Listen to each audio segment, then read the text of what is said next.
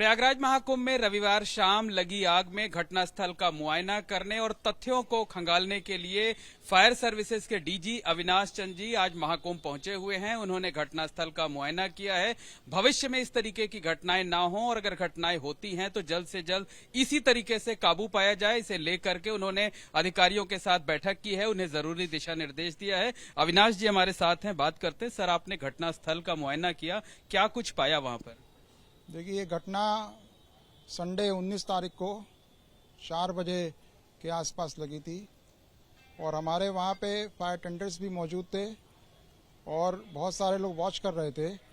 तो जैसे ही धुआं उठा तुरंत हम लोग एक्शन में आ गए थे और 15 मिनट में हम लोग आग पे काबू पाना शुरू कर दिए थे और 4:40 पे आग पूरी तरह बुझा ली गई थी।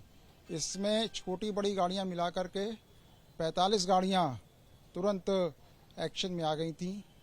ये हमारी स्ट्रेंथ थी वहाँ पे, क्योंकि पछुआ हवा चल रही थी इसलिए बहुत तेज़ी से आग उसमें जो है फैल गई।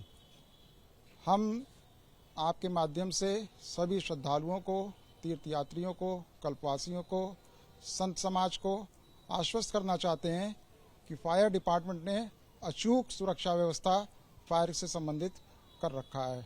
हम लोगों ने 50 फायर स्टेशन, 20 चौकियाँ, 50 ऑब्जर्वेशन पोस्ट ये खोल रखा है। लगभग 300 गाड़ियाँ छोटी बड़ी मिला करके हमने डिप्लॉय कर रखी हैं। 1400 मैन पावर हमारा डिप्लॉयड है और हम 1 नवंबर से ही फायर प्रिवेंशन के ऊपर महाअभियान चला करके लोगों को अवेयर कर रहे हैं, उसका ऑडिट कर रहे हैं। जहाँ पे इलेक्ट्रिफिकेशन हुआ है उसका ऑडिट कर रहे हैं।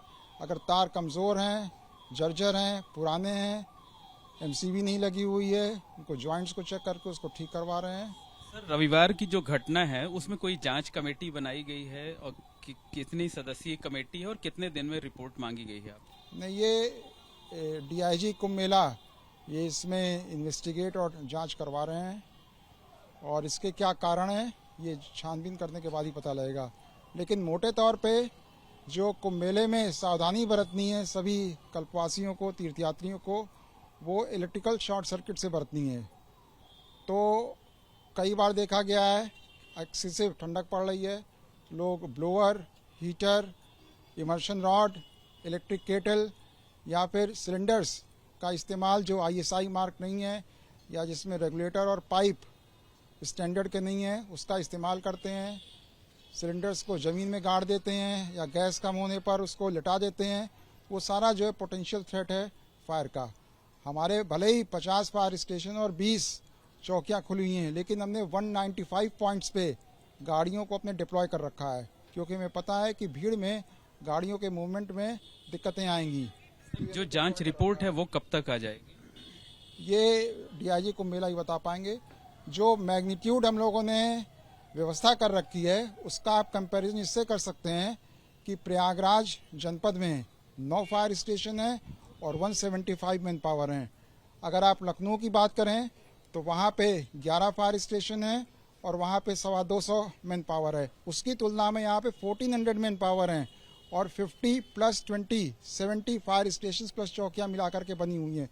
तो बहुत ज़्यादा इसको टॉप मोस्ट प्रायोरिटी दिया जा रहा है।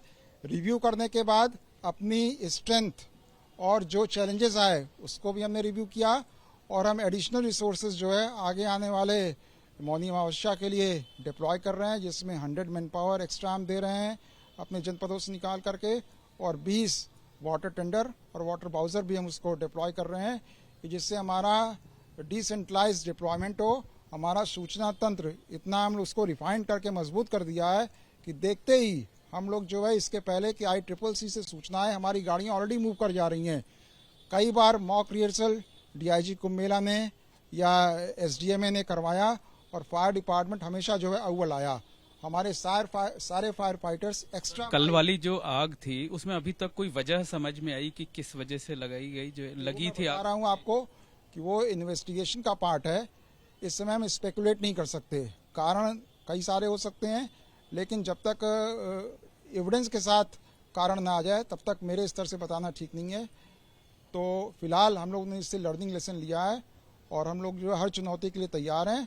सारे कल्पवासियों को, तीर्थयात्रियों को जो मेले में हैं या जो बाहर से अपनी जर्नी प्लान कर रहे हैं, बिल्कुल पूर्ण निश्चिंता के साथ यहाँ पर आए। अचूक फायर व्यवस्था हम लोगों ने, फायर फाइटिंग व्यवस्था कर रखी है। कल की घटना से सबक लेते हुए मैन पावर और जो आपके इक्विपमेंट्स हैं उनकी संख्या और बढ़ाई जा रही है। उनकी संख्या बढ़ाई भी जा रही है और अपने रिसोर्सेज को हम लोग रीडिप्लॉय कर रहे हैं। जिसकी जो स्ट्रेंथ है उसके हिसाब से रिसोर्सेज को रीडिप्लॉय किया जा रहा है। एक अंतिम प्रश्न ये है कि तमाम लोग, जैसे आपने बताया, कल भी हमने देखा कि वहाँ हीटर पड़े हुए थे, इमर्शन राड टूटे हुए पड़े हुए थे।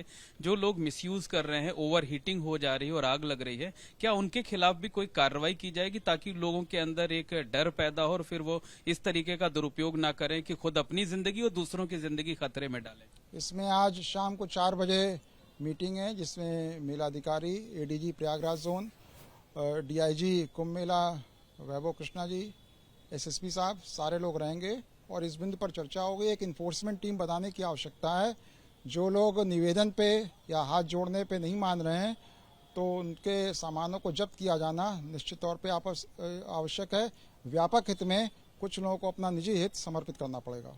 बहुत बहुत धन्यवाद। ये हैं अविनाश चंद जी, फायर सर्विसेज के डीजी, जिनका साफ तौर पर ये कहना है कि कल की जो आग लगी थी उस घटना से सबक लेते हुए न सिर्फ मैन पावर बढ़ाया जा रहा है, इक्विपमेंट्स बढ़ाए जा रहे हैं, बल्कि एक प्रस्ताव ये भी तैयार किया जाएगा बैठक में कि जो लोग जो है वो बिजली का दुरुपयोग कर रहे हैं, ओवर हीटिंग की वजह से आग की आशंका होती है, उनके खिलाफ कार्रवाई भी की जाए।